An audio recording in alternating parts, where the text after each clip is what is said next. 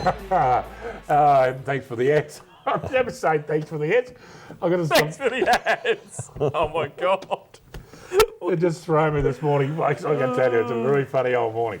Well, we have got some big games on this afternoon, and the big one, of course, the senior game is between, it's actually the second semi, it's between the two top sides of 2011, the East Geelong Eagles and the Belpost Hill Footy Club.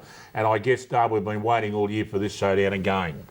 Yeah, they've only met once during the course of the year, and it was pretty much a one-sided affair after half-time. East Geelong really controlled the first part, but after that it was the Belpost Hill that got on top and really worked so hard in that second half. Jovanovic was a bloke that started them off. He started the lead after half-time. Look, the two keys to East Geelong from Saturday's game is definitely Kyle Robinson through the middle of the ground was sensational, and as Jason said before, Ryan Closter, he made the difference between the previous week against Bannockburn. Just his workload up forward is huge, and it just makes so much better. And I think if East Geelong to win this game, I reckon Scroblake's got to spend more time in their forward half, and if he can do that and get away with pinch hitting their other ruckman in Bolton, I think that they're going to go a fair way. But look, I've seen Belpost Hill, and I think they don't panic. They keep using the ball very well. They've got a number of blokes up forward. If one bloke doesn't fire, they've got 4 or 5 other blokes that do step up. I reckon East Geelong got the job ahead of them. It's an old saying we ask every time, Jason. Will the week's rest do Belpost Hill good or harm? Yeah, I know. It comes up every year and you wonder how it's going to work. I think they'd probably be pretty happy with the week off. They weren't probably expecting it because East Geelong were on top of the ladder for most of the season. It was only in the last game that they got over the top of them. So probably didn't expect it, but have probably used it to their advantage. And I think that, you know, their backline is very underrated, Belpost Hill. So if they can get the measure of East Geelong, keep Scrobelak and Closter and Connors and a few others quiet, then the Panthers are going to go a long way to winning the game. So your selection will be? Yeah, look, I think Belpost Hill have probably shown against East Geelong that they can match them in the game plan. It just depends on whether East Geelong can be structured enough to be able to keep their press and be able to move the ball effectively enough to get through Belpost Hill, which we saw earlier in the season that they couldn't do in the second half. So just Belpost Hill, it's going to be a great game. I think it'll be the best game of the finals. Who'd you go, Bill Smith? Oh, I think Belpost Hill, but I agree with Jason. Like their press on the weekend, it turned the ball over against Werribee a number of times and was able to get themselves back into a spot to have another shot at goal. So I think that was a real big difference in the game. If they can do that again this week and hold up Belpost Hill, we know are a very good, not a slow team, but they chip the ball around and then once they get out, they really move it through the middle of the ground. So it'll really test their zone to see how good they are and how much they want to work at it. But I reckon Belpost Hill will win by 5. Okay, it's too long for me. I reckon they'll go all the way to the Eagles in 2011. Now, tomorrow, we've got the first semi-final. Unfortunately, for one club, it's all over for 2011, and the other club will move on to the preliminary final. It's the Inverleigh Hawks, and they're really going along very nicely to go into their second final in 2011, and they take on the Werribee Centrals boys from the Duck Pond. Werribee Centrals very disappointing against against Werribee Centrals. Werribee Central's very disappointed against East Geelong. It's been a bad morning this morning, folks. But Inverleigh, very impressive against Thompson Dale. Can Inverleigh do it again? Well, I think they can. They've had their run now of finals football, and that'll do them world of good to get out there to St Albans. The difference on the weekend was just their good runners. Peel, Hill, Quinn Livin ran well off the half-back line. I was really impressed with Bremner off the other side wing. Lockie Hill came on and did well. McConaughey was another one. So they've got enough there, and I think their forwards really worked hard enough to kick a winning score. That's going to be the big difference in this game. This will be the closest, I suppose, of the weekend games, I reckon. This will go down right to the wire. Werribee have to do a lot different than what they did in the weekend. And as I said, first thing they'll do is get Lovell into the game a little bit more. Did mind Harningham in there because he's one of their better players. If they didn't have him, Devon Ellis, probably Toby Bray and Brendan Chugg in that game on the weekend, they probably wouldn't have scored. And Kitchen, you said, was their best forward. He did kick 2 and look dangerous, but they just didn't get enough ball into their forward line. So they need to improve a hell of a lot. But I think Inverleigh might just get through again. I think their leg speed will overdo the other side. Jason, do you reckon Inverleigh can get through? No, I think Werribee might bounce back. I think they can't play as bad as what they did last week. They seriously cannot. What? Put my head down.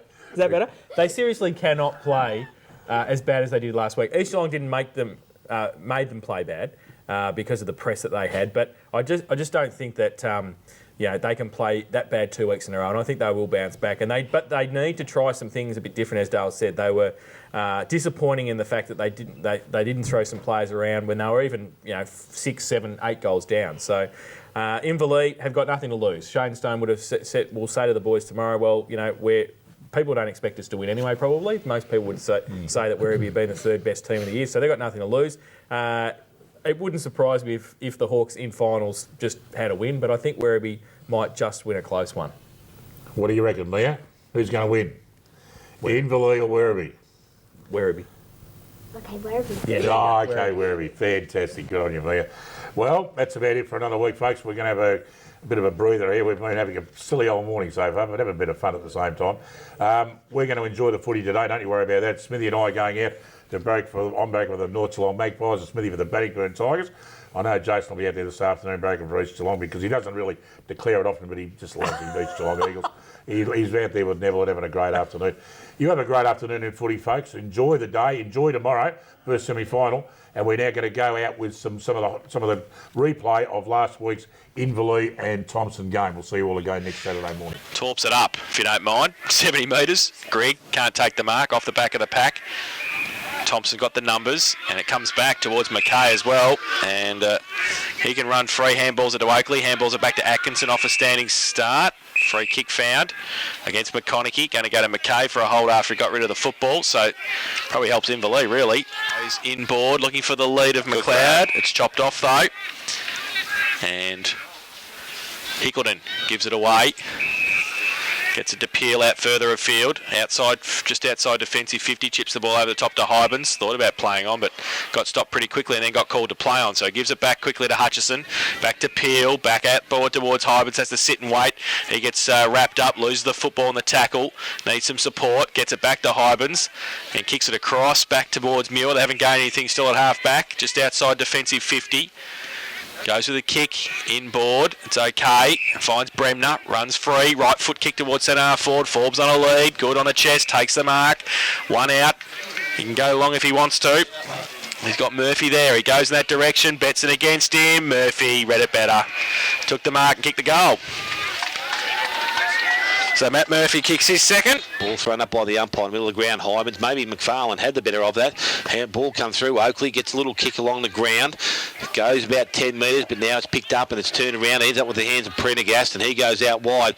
Garrard's out there. Good mark in front of Gardner. Spins on his left side. Left foot.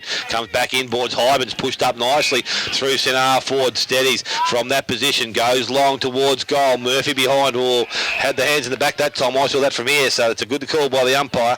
And Betson's going to be the recipient of the free kick right in the goal square. So Betson now, he's got to come round and kick over the mark, I think. That's probably a good call again. So back with the ball in the middle of the goal square. Betson with the ball. Plays on now, called to do so by the umpire, comes out towards the half-back line, mark up there by McLeod, options back inside, running player coming through, marks taken, handball given, long towards Atkinson, goes on his natural side to the left foot, has time to deliver the ball into centre half forward, McLeod's there, good work, McHenry, back of the pack, Higgleton with pace, picks the ball up, takes a bounce, runs away, kicks the ball back into their half-forward line, going back, good work, McFarlane, taps it over the top, will find Gardner, so Gardner now finds himself in space, goes by hand back to Scott, Scott back towards our centre wing, not a good kick, but it's favoured McLeod who picks the ball up and goes in long to the half-forward line, leading out is Ling. When he doesn't collect it, taps along in front of himself. Good pressure there from O'Neill. Ling continuing to run the ball towards the boundary line. Disguised that pretty well. Umpire Fenning said that's okay. Like he is, I tell you, taps the ball behind him, goes out the back. Ball's not taken cleanly by Gillett, but he's able to go back and collect it. Now his tackle, ball comes out in the tackle. Clean pick-up required. Wasn't done so there by McGaffin, but he's able to free the ball a little bit further afield. Umpire sees a free kick, and it's going to go to Steve McLeod by the looks of things. In the forward pocket, so again in range. Had a couple of shots just before the quarter-time siren and went either side of the post. Margin at the moment, 4 goals. So McLeod comes in from the forward pocket, kicks towards goal. Nice looking kick, goes across the face though, and through for another minor score. So 3 behinds for Steve McLeod, 2 goals, 5.